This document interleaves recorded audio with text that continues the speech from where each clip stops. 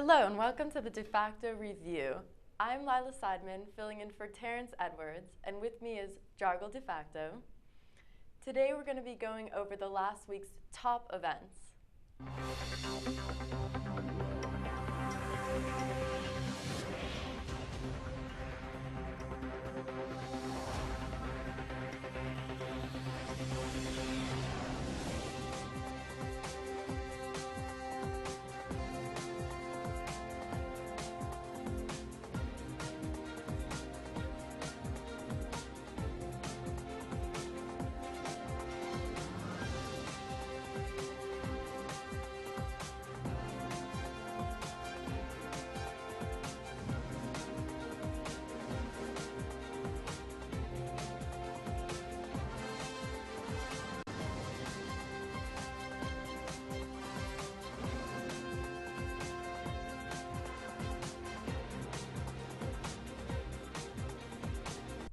So, earlier this week, Mongolia's new parliament opened its first session, following parliamentary elections which saw the Mongolians People Party win a landslide majority.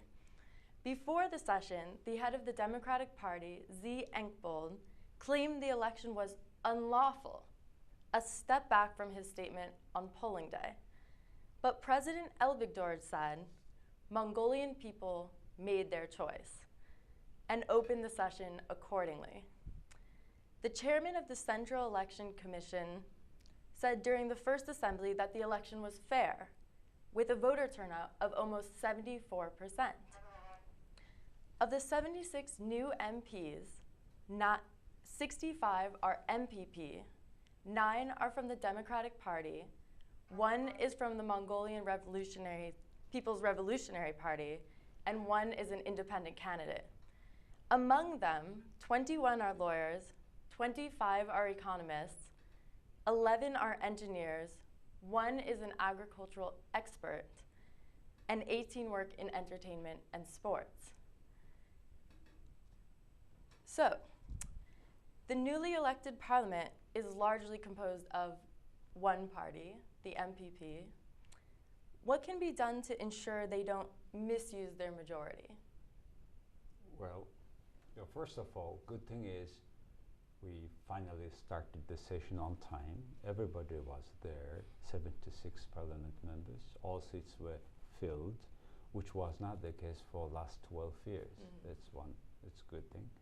Secondly, yes, there was at the beginning some disagreement, but however, it went well from the beginning. But I think the real winner of this election is the Democratic Party, because first, Democratic Party has a great chance to renew, to give a rebirth to itself, and to truly solve many issues they have been struggling with for the last 4 years, which resulted in this landslide losses. And also they have been growing the economy for the last 4 years with only more and more foreign and domestic debt. But it's like, Democratic Party had done a big party, and now the bill is coming to the People's Party. One. Secondly, as you said, the head of the People's Party decided to be head of the parliament, the speaker, instead of being the prime minister according to their party rules. If the People's Party wins the election, the head of the party is to be a parliament member. So people are partially a bit disappointed with these decisions, and the guess is he's planning to run for the president office next year. If it is the case, he considers his own career and positions above the people's interests. So hopefully if he's not running next year, we are wrong, and then he's right. If he is running for president next year, he's putting our interests lower than his personal interests. That's so far a lot public opinion is existing in that way. The other concern, with this his choice of being not prime minister is the concern of several heads inside of this political power that has absolutely the state power in the country. Like in Indonesia, the head of the party in Indonesia is not the president. And at the beginning it was the one team, but down the road they have always a lot of conflicts now, which is very much criticized publicly. And this sort of conflicts between major heads in one political power starts with the nomination of several high-ranking positions in public offices like anti-corruption agency, chief police department, etc. So hopefully it will not happen. And also the hope is they will nominate only a few parliament members to major positions in the government, but not to the all ministries. So with that expectation, and I think we will with that expectations, we will see probably that they will not misuse their absolute power. Have there been any critiques lobbied against Enkbold yet? Yeah, a couple, including Parliament member Ingtub Sheng and another young parliamentarian, Oyung Irdin. They were opposing inside publicly his decisions, which also shows somehow also their kind of internal democracy, and hopefully it is deep and it's not only just on the surface. All right. Let's go to the second, right? Yes, moving on. Mongolian Prime Minister IrdaNet says we can pull up the economy. In Friday's parliament session, Mongolia's 29th Prime Minister IrdaNet was appointed. He said, quote, "I am deeply aware that I am holding this position during a critical time of crisis, in which the people of Mongolia demand renewed faith in the government and are full of requests and expectations." He added that the country is in economic decline, citing rising debt and unemployment, as well as an overburdened health sector so that people can't access good public health. He also pointed out that 126,000 registered businesses, that's more than half, closed last year.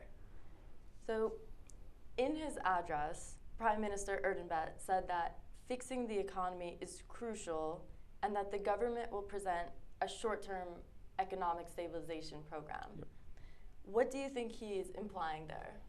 Well, very interesting remark he was saying that half of the 120,000 companies in the country, half of them are on paper or just does not exist or close their doors. It's very hard to find job now, 3 times harder than before, he said. Yeah.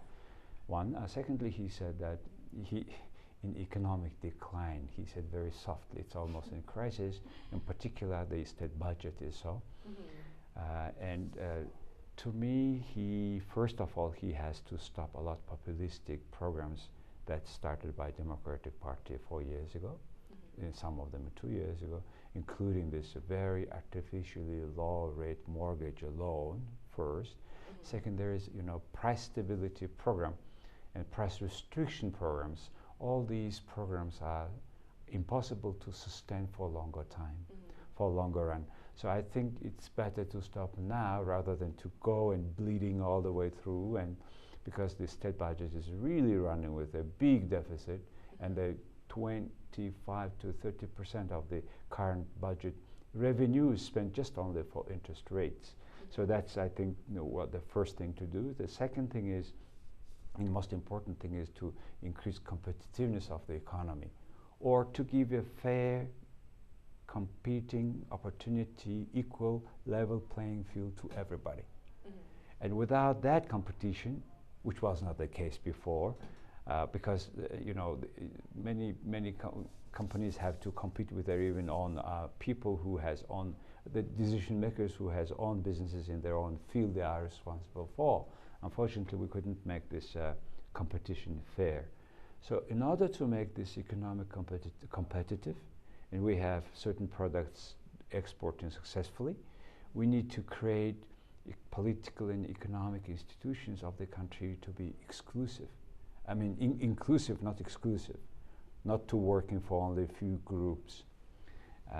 So that's why I think it's on one side. On the other side, it's a matter of making public many state-owned enterprises to stop state monopoly any way possible.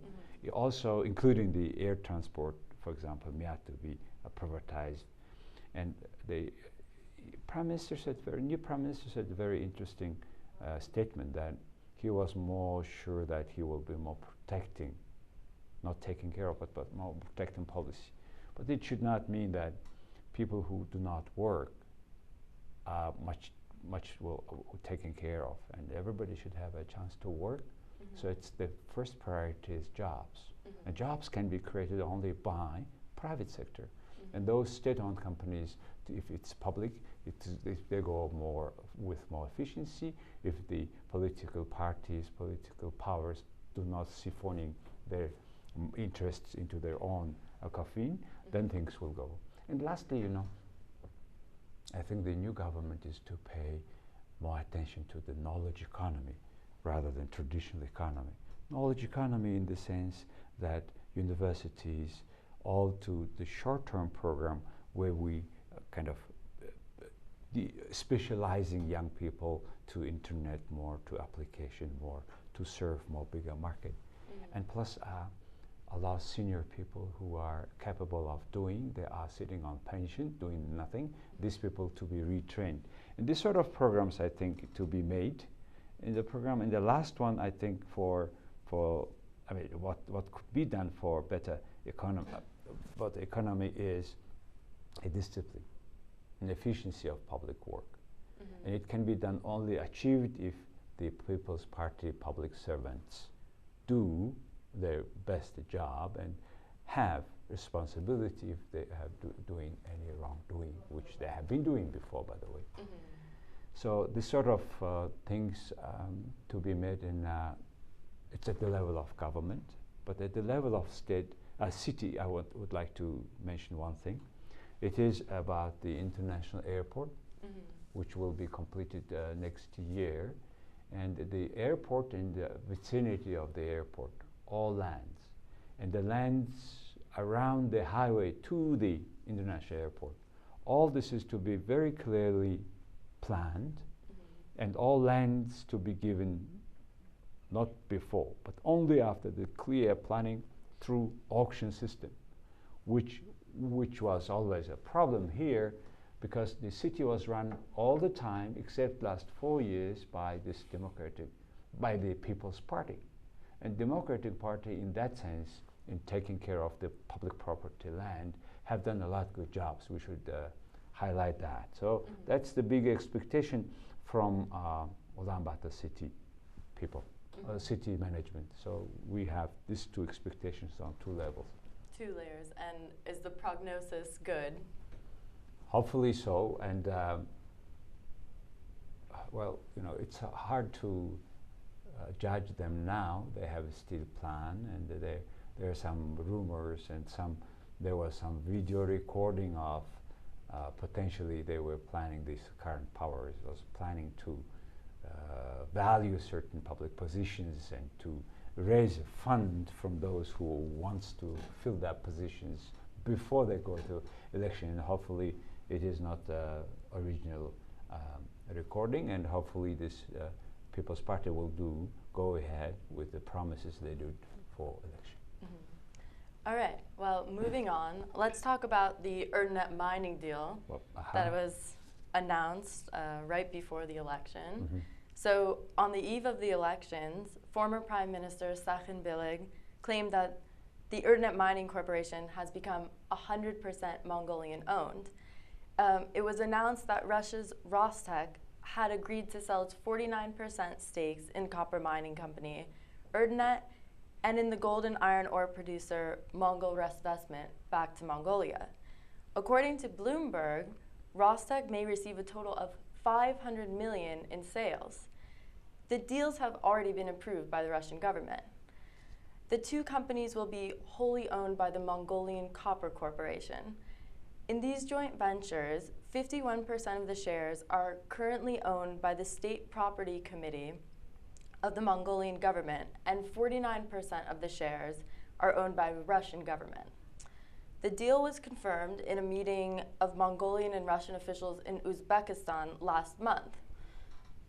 IrdaNet was set up by the governments of Mongolia and the former Soviet Union. It started its operation in 1978. Mongol Rasvestment LLC is a leading mining and production company in Mongolia. So a lot of people are wondering whether this sale was legal. What are your thoughts? Well, that's the concern of every Mongolian. Well, though the information, good information here is, good news is here is the share of this largest, one of the largest factories in Mongolia, which is it's one of the foundation rocks of the economy in a certain sense. Now the share comes to Mongolia first, and the private sector. That's good news, positive news. But negative news is the Mongolians are concerned because this property, 49% is regarded by our law as public property. And for public property, the government has to take permission of the parliament, which solely makes decisions on public property. So because they have avoided that line, the government alone itself made these decisions. People have big opposition now. And there was another, concern that why the Russians would sell, first of all, wouldn't sell to Mongolian government. Why they would not ask Mongolian government first of all? And it turned out they did. I was on the TV next day on another TV, which only TV that discussed the issue very in serious way, 130 minutes. Also, discussions on that. What happened was June 2nd,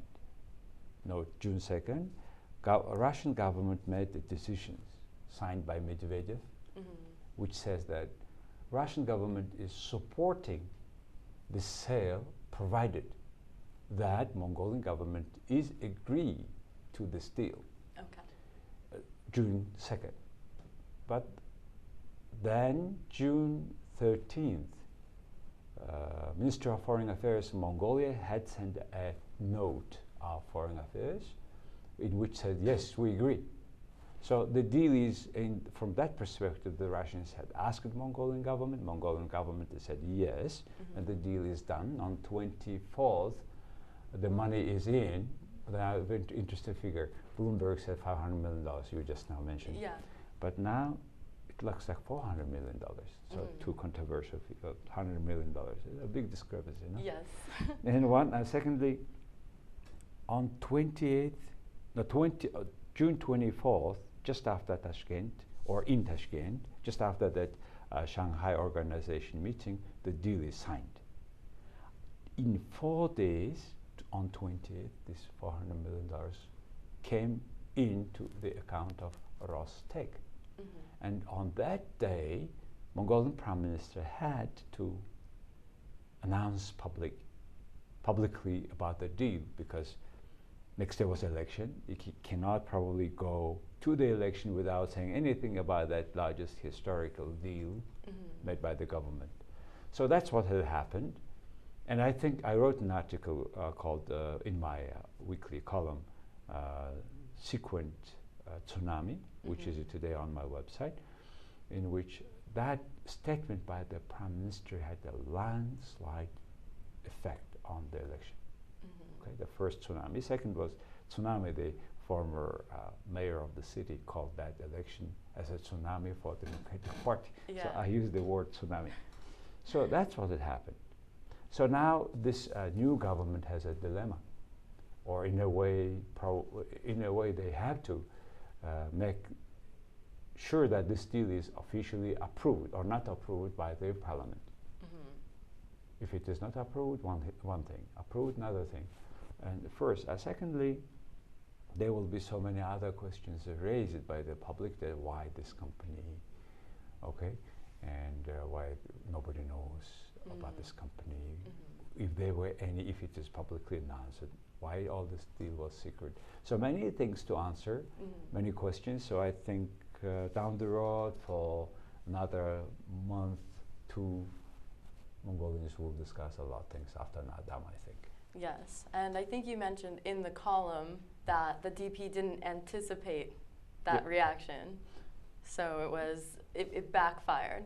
In a way, the election was not only pro People's Party, it was mostly against Democratic Party.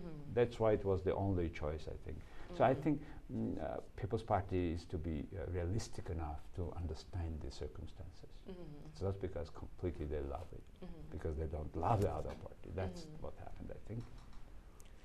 Okay, and let's go on to our fourth and final topic of the evening about interest rates, which are to remain stable.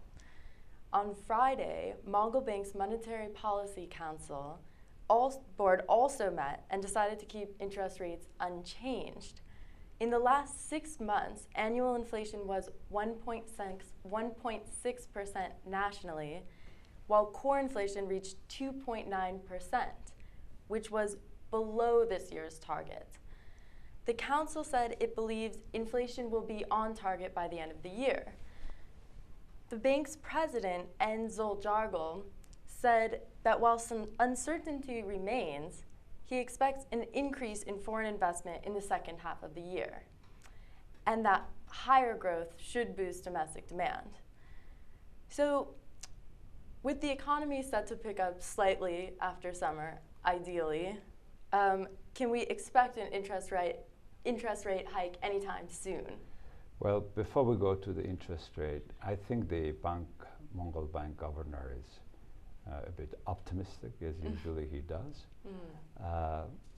Hopefully, of course, other than mining industry, products will go ahead and we'll have more export.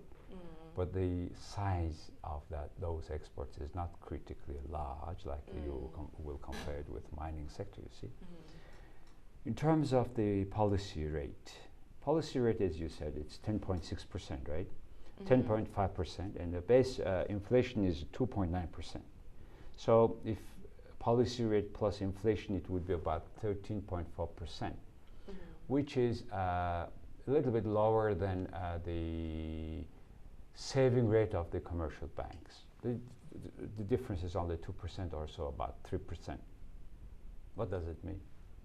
That means Mongolian financial market is it needs more liquidity. With that rate, it still needs a lot of money. And because we don't have capital market, we just have a money market, it's just a kind of one-leg economy. And because the sufficient money liquidity is in the economy, even with this over 10% policy rate, we still have inflation. We still have these needs for more money. And say in the US or the mature economy, the policy rate is even a little bit plus 0.1%. Even in case of Japan, it's minus case, right? Percent. So it's very hard to control economy with this policy rate of over 10%. The impact of that 10% is not comparable with this almost zero rate. So let's have in mind this one. And secondly, can you imagine that if commercial bank raises fund through saving of money at the level of 15 to 16%, now they have to give a loan to at the level of 20%. And what kind of businesses are existing on the earth that 1/5 of your profit you pay for bank and you still have some other money to staying with you? It's very hard. That's one of the reasons why Mongolia is still so dependent on the mineral. It is still so dependent on export and import. So on the import, I mean. So that's why hopefully the business will first replace the import, then increase export. In that way, we will have more money, more hard currency coming into the economy, which will hopefully keep this exchange rate stable. And down the road, with increasing competitiveness, it may have our economy more or less competitive. So it's complicated, and it's very hard to manage monetary policy with that of very high policy rate. And earlier this year, the banks cut the interest rate by 1.5%. Do you think that was the appropriate timing? Bank of Mongolia was always connecting that interest rate with inflation. And they said our policy is to keep control inflation under 1 digit. And it's way down than 9%. But inflation in Mongolia is, not necessarily because the policy, also because the shrinking economy, because the lowering demand. Mm-hmm. People cannot buy anymore as it was before during the boom time. Mm-hmm. So that's why they don't much demanding the goods. Mm-hmm. So eventually they cannot increase. They even vice versa. They tend to decrease the prices. Mm-hmm. In case of, for example, real estate. Mm-hmm. Now the real estate, the apartments, we have 40,000 apartments are staying unsold.